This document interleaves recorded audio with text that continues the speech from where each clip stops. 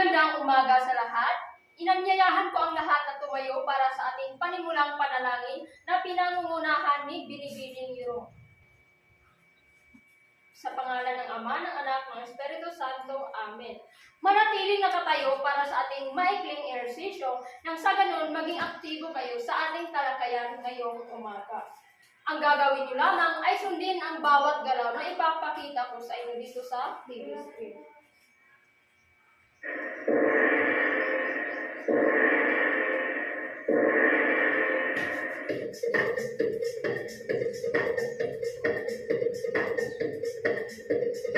Oh, Milon, ba't hindi ka sumasayaw?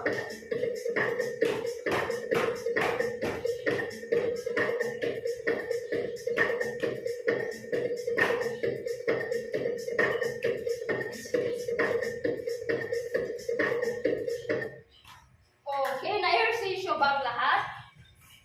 Okay, bago kayo umupo, pakiayos muna ang hanay ng inyong mga upuan at pakipulot na rin ang mga basura na inyong makikita at pagkatapos itapon sa basurahan. Tapos na bang lahat? Maaari na kayong magsiupo. Tingnan ang inyong mga katabing upuan. May lumiban ba sa araw na ito? Kung mayroon man, binibining kalihim, maaari mo bang itala ang mga lumiban at pagkatapos ay ibigay mo na lang sa akin pagkatapos ng ating talakayan. Upang mapanatili ang kaayusan ng ating talakayan, mayroon akong mga alituntunin na dapat niyong sundin. Una, huwag gumamit ng cellphone kapag sa oras ng klase. Pangalawa, huwag magsasalita kapag ang guro ay nagsasalita. Pangatlo, igalang ang bawat isa. Naintindihan lamang ba? Mabuti naman kung ganun. Ngayon, class, may ipapakita. Nausog sabi. Balik-aral ko di ay. Hindi pa na ko di na. Ikatradagan ako na. O, ikatranin mo. Ito sa amin. Okay, class, bago natin tumuhin ang ating bagong talakayan ngayong umaga, nais ko munang malaman kung nakaalala pa ba kayo sa ating nakaraang talakayan. Binibining imbaga? Tama! Ang ating tinalakay noong nakaraan ay tungkol sa pamamahayag. Hindayaw, ano nga ba ang pamamahayag? Tama! Ang pamamahayag ay ang pagbabahagi ng impormasyon sa publiko, madyaryo man, telebisyon o radyo. Ngayon, class, may ipapakita akong mga larawan sa inyo. Ang nais ko lamang ay tingnan ninyo ito ng mabuti at isipin kung ano ang ibig sabihin nito. Ayan ang mga larawan, class. Base sa larawan na ito, ano kaya ang magiging paksa natin ngayong umaga? Katubis? Tingnan natin kung tama ba ang sagot ni Katubis.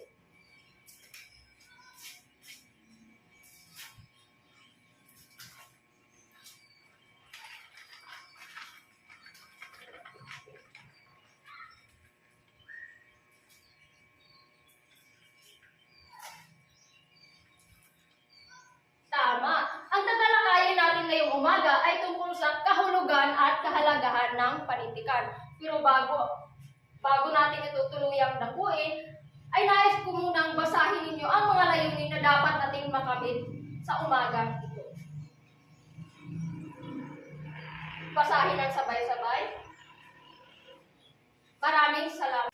Kapag sinasabing panitikan, ano ang inyong naiisip, class? Pwede. Dindayaw? Pwede ang inyong sagot. Kapag sinasabing panitikan, ito ay tumutukoy sa anyo ng pagsulat o pagpapahayag ng may malikhaing mensahe. Ito rin ay maaring isalin sa pasalita o pasulat na naglalarawan ng kasaysayan, kultura, tradisyon, at iba pa. Naunawaan lamang ba? Magaling.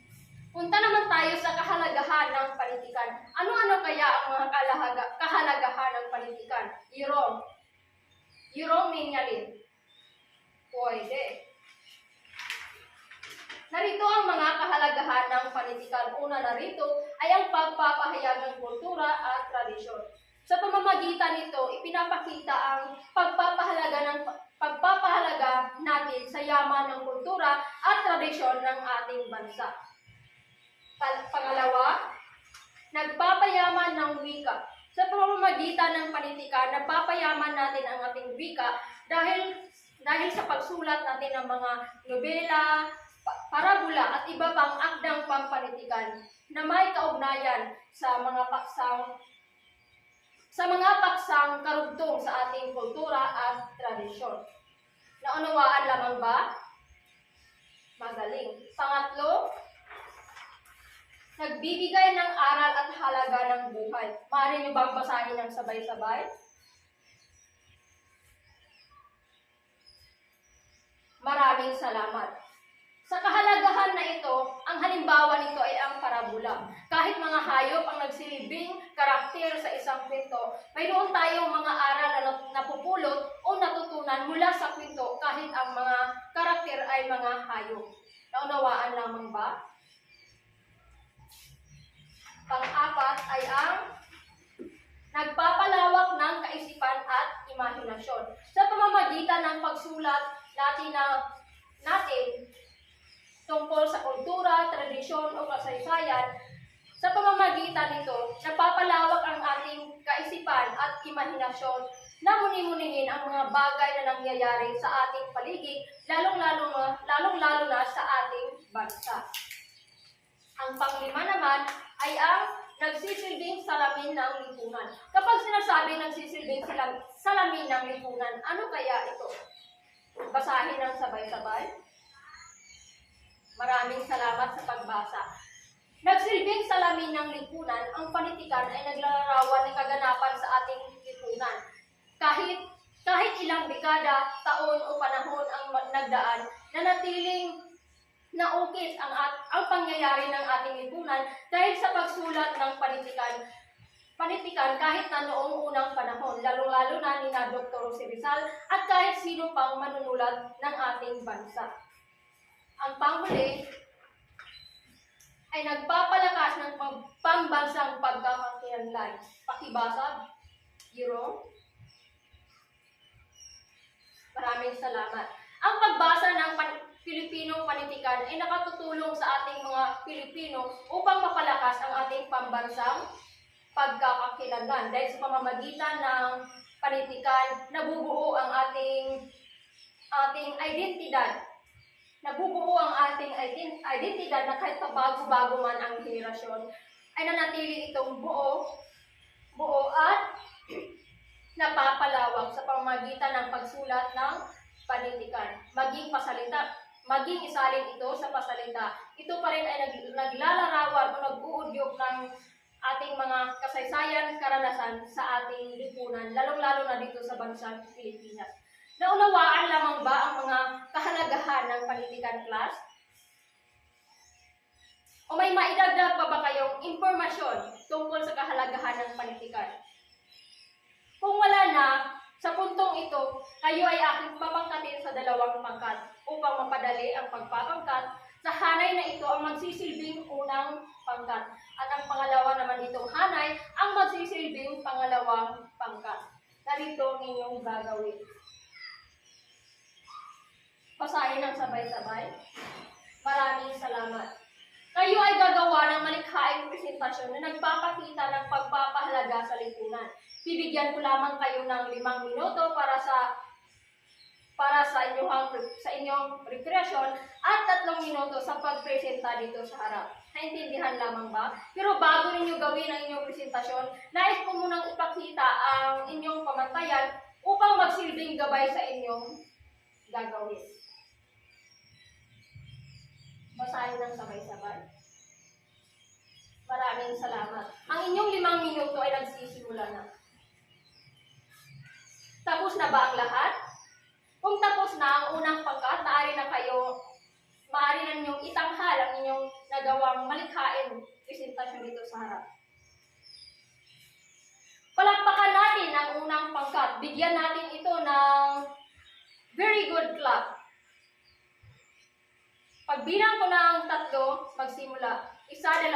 1, 2, 3. Very good, very good, very good. Pangalawang pangkat. Magaling. bigyan naman natin sila ng fireworks class. Alam niyo ba yung class?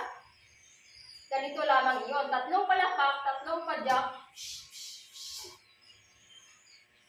Gusto niyo bang malaman ang mga puntos na inyong nakuha? Ang unang pangkat ay nakakuha ng 48 puntos. At ang pangalawang pangkat naman, dito sa halay na ito, ay nakakuha ng 50 puntos. Palakpakan ninyo ang inyong mga sarili. Wala na ba kayong mga katanungan? Kung wala na, ako ang magtatanong sa inyo. Dahil nakikita ko na si Binibining Chabilita Yurong ay parang tinatamlay. Maaari ka bang tumayo? Base sa paksang ating tinalakay ngayong umaga, ano ba ang iyong mga natutunan? Maaari mo bang ibahagi sa klase? Magaling! Binibining Limbaga, bakit kailangan nating pahalagahan ang panitikan? Sa iyong sariling opinyon o iyong sariling pananaw, bakit natin kailangang pahalagahan ang panitikan? Tama. Kailangan nating pahalagahan ang panitikan sapagkat sa pamamagitan nito nanatiling nauukit ang pangyayari ng Pilipinas ang mga karanasan, kasaysayan, kultura at tradisyon ng ating lipunan, lalong-lalo na sa ating bansa. Talaga bang wala na kayong natutunan? Kung wala na, magkakaroon tayo ng maikling pagsusulit. Nais ko lamang kumuha kayo ng isang kalahating papel at sagutin ang mga sumusunod na katanungan.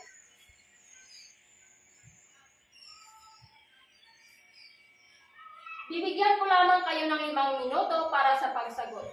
Unang katanungan, ipaliwanag ang panitikan. Pangalawa, bakit kailangang pahalagahan ang panitikan? Ang inyong 5 minuto ay magsisimula na. Bawat bilang ay may katumbas na 10 puntos. Bali, ang kabuuan ng inyong pagsusulit ay may 20 puntos. Tapos na ba ang lahat? Kung tapos na, maaaring nyo nang ipasa ang inyong mga papel. Ako na lang ang magsusuri nito.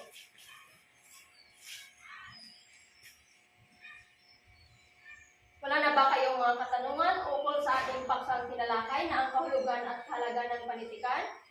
Kung wala na, may ipapabaon ako sa inyo.